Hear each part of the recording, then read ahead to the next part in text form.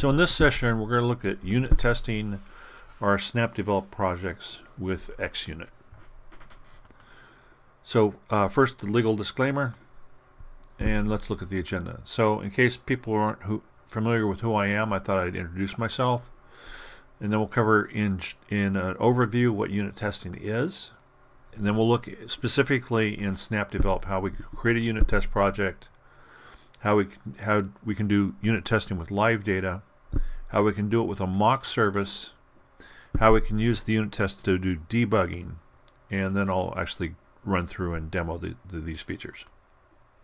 So first, a little bit about myself. My name is Bruce Armstrong. I work for a company called Integrated Data Services. I joined them in 2004. Prior to that, I was doing contracting as an independent developer, doing Power Builder work. And when I joined the company in 2004, they were doing Power Builder work as well as an ISV.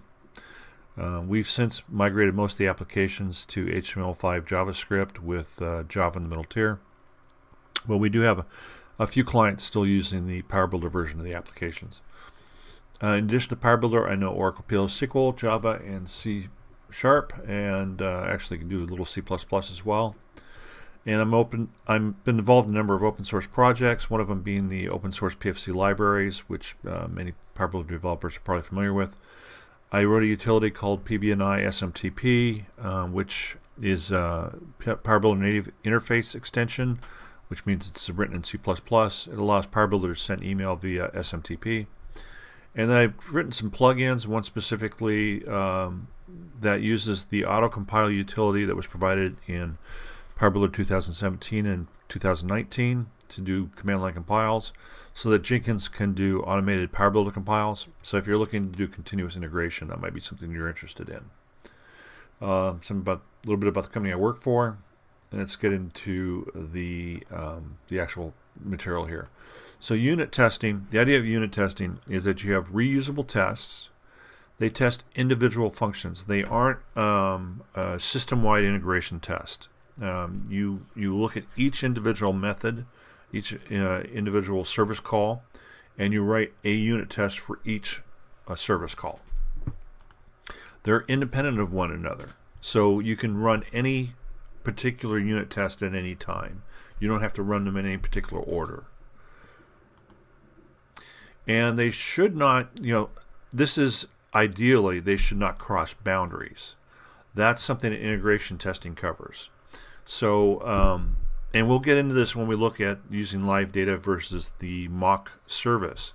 There's some argument there about if you're using live data, what you're really testing is not only the service layer, but also the data access layer as well. And more purists with regard to unit testing would consider that a violation of the crossing boundaries. And we'll discuss that when we get there. Unit tests are rerun on a regular basis, and what you can do is you can do it as part of the build. So if you're doing a daily or even more frequently build, you can run all your unit tests to make sure that some developer who made a change in one area didn't inadvertently break another area. That's really good information. You can even do it as soon as changes are made. You could even have hooks built into your build process, so anytime a change is committed, all the unit tests are rerun. And then, so you get that's even more frequent than doing a daily, because that gives the developer instantaneous feedback that they broke something, which is good, because if in the old scenarios before we had unit testing and you were just doing integration testing right before release, a developer might not find out until weeks or even months later that they broke something, and at that point they're not as familiar with the code as they were when they were actually making the change. This way you get fairly instantaneous feedback that something you did broke something, and it's a lot easier to go back in and fix that. So let's see how we actually do that in SnapDevelop. So what you're going to do is you go in and create a new project within your same solution. That is a xUnit test. And then you're going to add a reference.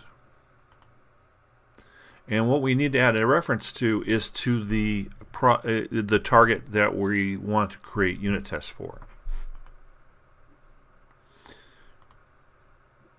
And when you created your service, SnapDevelop went out and included a bunch of libraries that you would need to do an ASP.NET web service. We're creating a unit test, which is basically just a, in sense, a plain vanilla C# project. And so SnapDevelop doesn't know at that point what it is you want to unit test. And so you're going to have to add a lot of the libraries manually at this point. So you're going to have to add manually dwnet.data, and you get these. Anytime you use NuGet to add libraries to your project, you're going to get the prompt for license agreements, and it's going to tell you what other libraries it's going to download. What we need to do now, there is an appsettings.json file in your ASP.NET project that contains your connection information. And what you'll need to do is you need to copy that over into your unit testing project, assuming we're working with live data. The one way you can do that is you go back into your main project and indicate that you want to copy it anytime a build's done if it's been modified. And that way your unit test project keeps up to date with changes to your main project.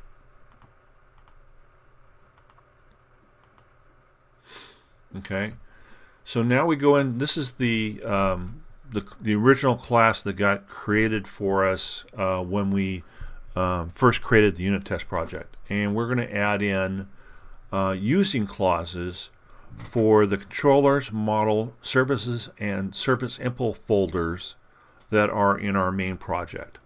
We'll also include using clauses for ASP.NET Core, MVC, and for Microsoft Extensions configuration, and also dwnet.data. Like I said, this is a unit testing project. Can be unit testing anything. It could be unit testing .NET assemblies. It could be unit testing console applications, I imagine. So it doesn't know that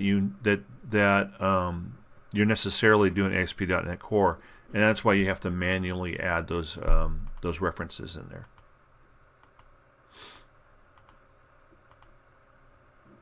So they're going to show that when it's grayed out like this, that's the IDE's way of saying you've got some using clauses here that you're not actually using. But you see how xUnit is darker? That means it actually found a reference to that. As we flesh out the unit test, those will turn black because we will actually be using them. Okay.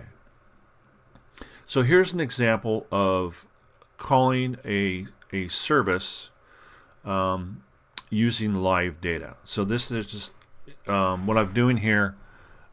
This call right here, this is another area where when you create the ASP.NET service, a lot of this is done for you within the sort of the framework itself. And since we're doing this plain vanilla C# project, we need to do stuff like load the data window models. So this is how we tell the project to load the data window models out of the models folder.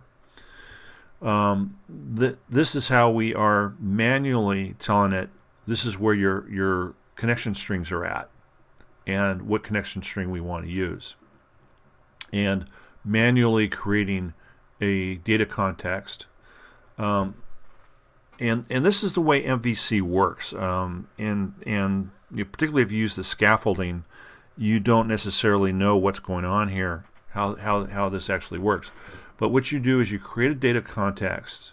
You pass the data context in as an argument to a service, and then you pass the service in as an argument to a controller, and then you go ahead and call your controllers. So we're having to do that all manually here in this unit testing project. So I've got this service I want to test, which is my data store demo controller. So I create the data context, pass it into the service, pass the service into the controller, and now I'm going to call, just do a retrieve on the load method of the controller. And the key to unit testing is we make an assertion. And what I'm going to assert here is that the result I got back from my load is of a list of type D customers, which is the class that got created, the DTO that got created to represent the data coming out of the service. So if this throws an exception, or if it returns something other than a list of customers, then this unit test will fail. If it returns a list of customers, then the unit test passes.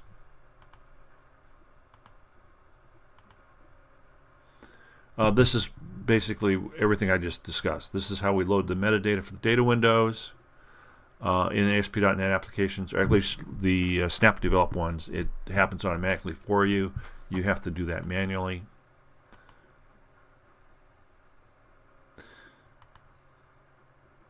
And as I mentioned, this is how we create the data context. And so now we've got the test.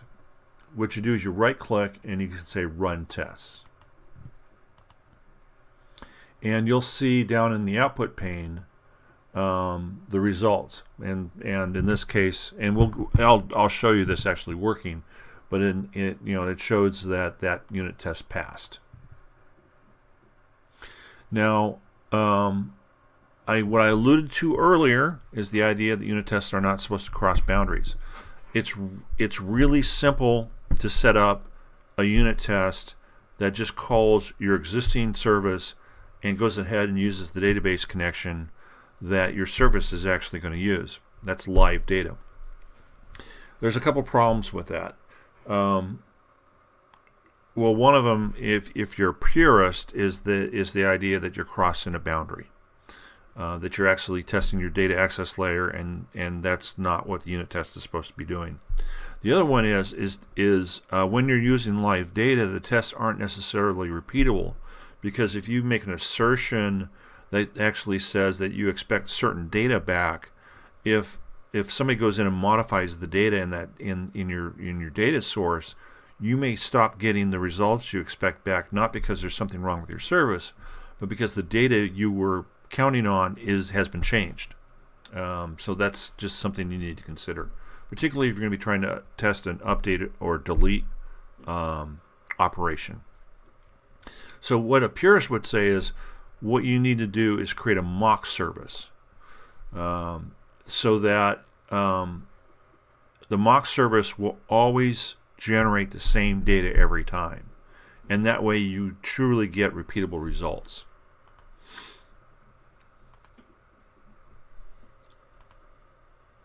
It's considered a best practice, but it's additional work because you've got to create this mock service. And some people would argue that what your unit test is doing now is testing the mock service. It's not really testing the real service. So there's a couple different camps involved there. I would tell you what my company does is we test live data. We don't really want to spend a whole lot of additional time creating a bunch of mock services. So we just deal with the fact that we're hitting live data. But if you were going to create a mock service, this is what you could do. So what you're going to do is you're going to create a class in the test project that implements the service interface. And then we take the methods of the mock service and we actually hard code the data. So this is what in the controller calls load. What the controller ends up calling, the load method in the controller, what it ends up calling is the getAll method in the service. So I've written my own getAll method in this mock service, which hard codes the data that I'm going to return. So there's no database involved now. It's just all this hard-coded data. And then, so the service is going to, the unit test is going to look a little bit different. Primarily, I don't need a data context now because I'm not working against live data. So my service, I can actually create without sending in a data context because I don't need one. But then I take the same data store controller, my same controller that I was using for live data, and I pass in this mock service instead. And then I call the load method, and once again I check to make sure that I get a list of customers as I expect.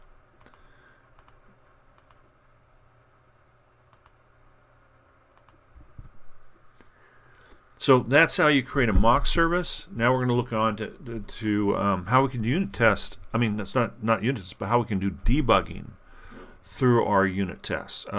This is something I find particularly useful in my development environment. What you do in SnapDevelop is you right-click, instead of saying run, you say debug.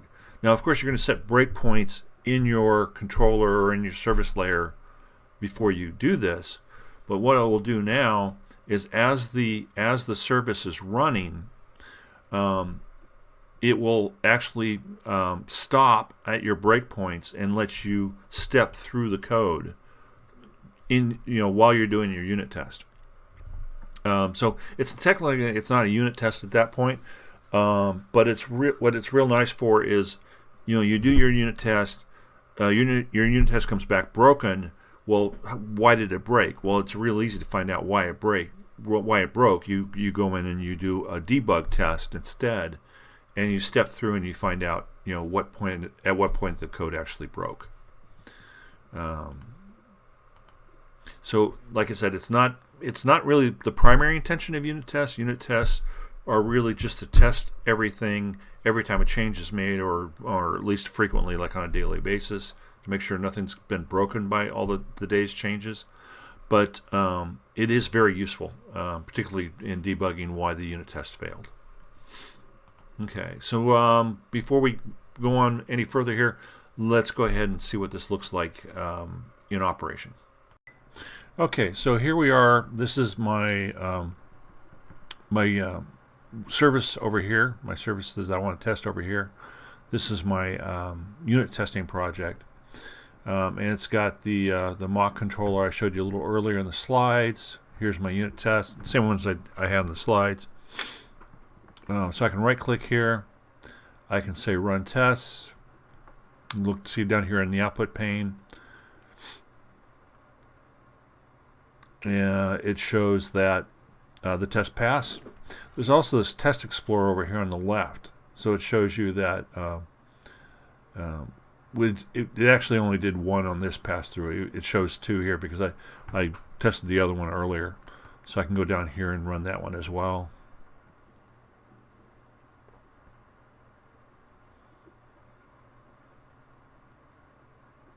And so that passed as well. What you can do over here, though, is this is nice. Is you can actually say run all, and then it'll run everything it finds in the test project there. Let's see, watch it going. Okay, so let's say, for example, this call did fail for some reason. So I've set a breakpoint there. Now I can say debug tests.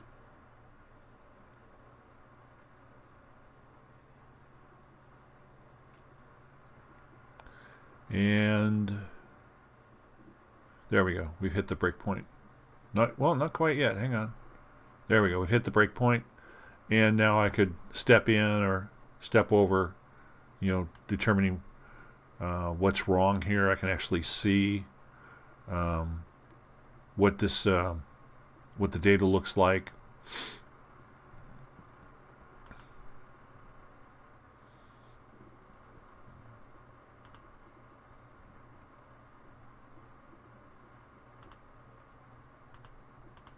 There we go. So make sure, see if I, what I'm getting, see if it's really what I'm expecting to get, and correct whatever went wrong. Okay, so that's what it looks like running. And so the last thing I'd point out here is the community.appeon.com site, and a lot of people know this because of the Q&A section in there. But it's got a number of things in there. It's got some tech articles. I've got a number of blog articles up there, and code samples as well. So the code sample for this session that I just showed you is available on the Appeon website. And so with that, I guess I would thank you for your attention, and hope you enjoy the rest of Elevate 2020.